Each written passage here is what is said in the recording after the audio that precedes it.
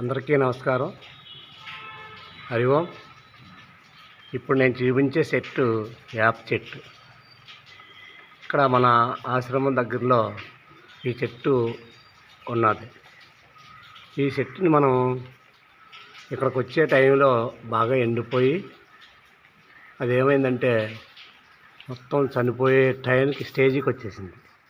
నేను ఇప్పుడు చూపించిన చెట్టుతో ప్రతిరోజు మాట్లాడుకుంటాను. ఇదేంటి ఎలా అంటున్నారు అనుకోవచ్చు. మీరు ప్రకృతితో మీరు కూడా మాట్లాడాలి కూడా. అంటే ఈ ప్రకృతి మనతో పాటు నేచర్ అంటారు కదా ఇంగ్లీష్లో. ఈ నేచర్తో పాటు మనతో పాటు ఈ ప్రకృతిలో ఉన్న జీవరాశులన్నీ మనం ఎలా పుట్టామో అవి కూడా అలాగే పుట్టాయి.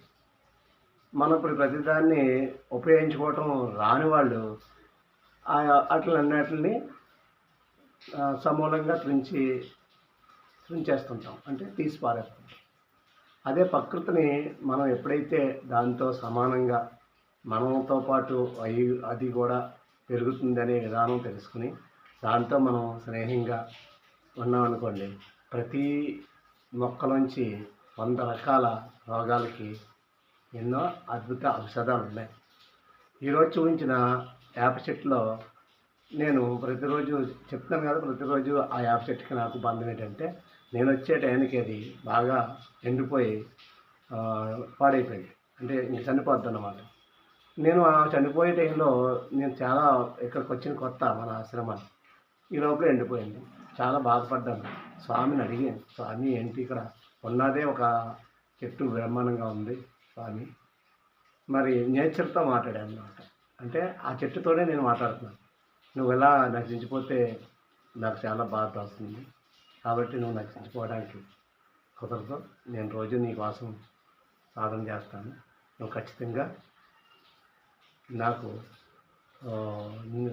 పునర్జీవం వస్తుంది అని నేను ప్రతిరోజు ఆ చెట్టుతోటి మాట్లాడడం, ప్రతిరోజు చెప్పడం, అది అలా చిగురించి ఈరోజు చూసారు పచ్చగా ఎంతో అద్భుతంగా ఉంది. అంటే ఏం చెప్తున్నా అంటే, మీ మనసులో అందరి మీద సమాన భావం, అన్ని జీవరాశుల మీద సమాన భావం రావాలి. మానవుడికి తన స్వార్థం, దానికోసం తను ఏం చేసుకున్నా దానికోసమే ఆలోచిస్తాడు తప్ప ఇతరుల వాటి గురించి ఆలోచించి. కాబట్టి మనం నేచర్ చెప్తుంది ఎప్పుడు ఏది వస్తుందో వాటితో మాట్లాడండి. మీరు చెట్లతో మాట్లాడండి, మీకు ఏం కావాలన్నీ అవి చెప్తూ ఉంటాయి.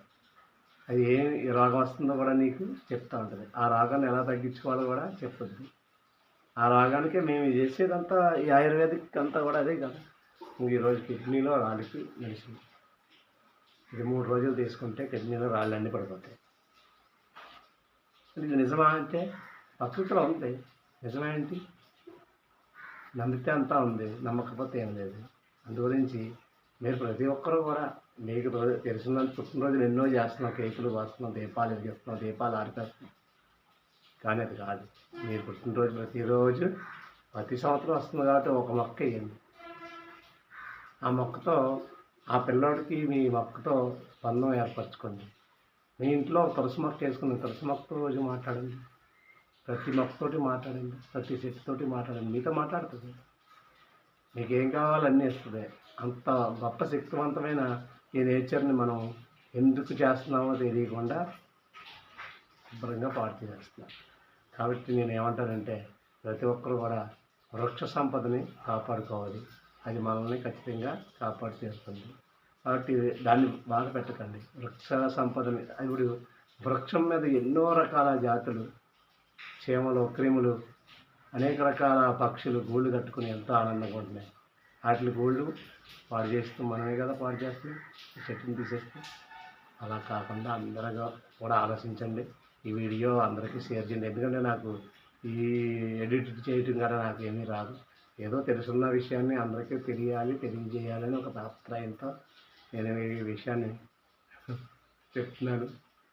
వినేవాళ్ళు ఉన్నారు, మంచివారు చాలామంది ఉన్నారు, వింటున్నారు, తెలుసుకుంటున్నారు, చేస్తున్నారు. మనం ఉన్నంత కాలంలో మనం బాగుంటే బాగా బతికేస్తే 100 సంవత్సరాలు బతికేస్తారు. కానీ 100 సంవత్సరాలు నేచర్ మనకంటే ఎక్కువ బతుకుతుంది కదా. ఆ చెట్టు ఎన్ని సంవత్సరాల నుంచో బతుకుతుంది కదా. కాబట్టి దాన్ని బ్రతికిస్తే మనల్ని మన పిల్లల్ని అందరినీ కూడా ఆ చెట్టు రక్షిస్తూ ఉంటుంది. ఎందుకంటే దాని బెరడు ఆకులు ఎన్నో రకాల కాండాలు వేర్లు అన్నీ కూడా ఆయుర్వేదం ఔషధంగా పనిచేస్తున్నాయి. కాబట్టి ఔషధం అంతా ఈ మొక్కల్లోనే ఉంది. ముందు నిన్ను నీవు ప్రేమించుకో, నీ ప్రేమ అందరికీ పంచుతుంది. ఆటోమేటిక్గా నిన్ను నువ్వు ప్రేమించుకుంటే అందరికీ నీ ప్రేమ పంచగలుగుతుంది. ఎవరు పంచుతారంటే నువ్వు ప్రేమించుకోవడం మొదలు పెడితే ప్రకృతి శక్తి అంతా, నువ్వు ప్రకృతి స్వరూపమే కదా, అప్పుడు నువ్వు ప్రకృతి శక్తిని అంతా ప్రేమించగలుగుతావు. అప్పుడు అందరిలోనూ దైవాన్ని చూడగలుగుతాం. ఓకేనా? అందు గురించి చేయవలసిందల్లా మనందరం ప్రతిరోజు ఒక మొక్క గురించి సరదాగా చెప్పాలనుకుంటున్నాం. ఈరోజు వేప చెట్టు గురించి చెప్పుకున్న దాంట్లో ఎన్నో ఉపయోగాలు ఉన్నాయి. అటువంటి ఉపయోగాలున్న చెట్లని ఇంటి దగ్గర ఎక్కడ కనిపించినా ఆ చిగురులు తీసుకోండి, ఒక చిగురు నోట్లో వేసుకుని నవ్వులు తినండి. ప్రతిరోజు లోపల ఉన్న అన్ని కఫాలన్నీ పోగొడేస్తుంది. ఒక్క చిగురు తీసుకొని తింటే చాలు రోజు. అంత శక్తివంతమైన వేప చెట్టు, అలాంటి చెట్లు ఎన్నో ఉన్నాయి మనకి. కాబట్టి నేచర్ మనకంతా గొప్పతనాన్ని, మనకు ఆ గొప్పతనాన్ని మనకే ఇచ్చాడు భగవంతుడు. తెలుసుకునే గొప్పతనాన్ని ఇచ్చాడు, అలాగే చెప్పే గొప్పతనం కూడా ఇచ్చాడు. కాబట్టి తెలుసుకోవాలి, చెప్పాలి, ఆచరించాలి. దీంట్లో మీ గొప్పతనం మిమ్మల్ని మీరే అభినందించుకోవాలి. అప్పుడే మనం అందరినీ అభినందించగలుగుతాం. హరిఓం, జై శ్రీరామ్. ప్రతి ఒక్కరు కూడా బాగుండాలి. సర్వే జన సుఖినో భవంతు, సర్వసంగళాని భవంతు. ఓం శాంతి శాంతి.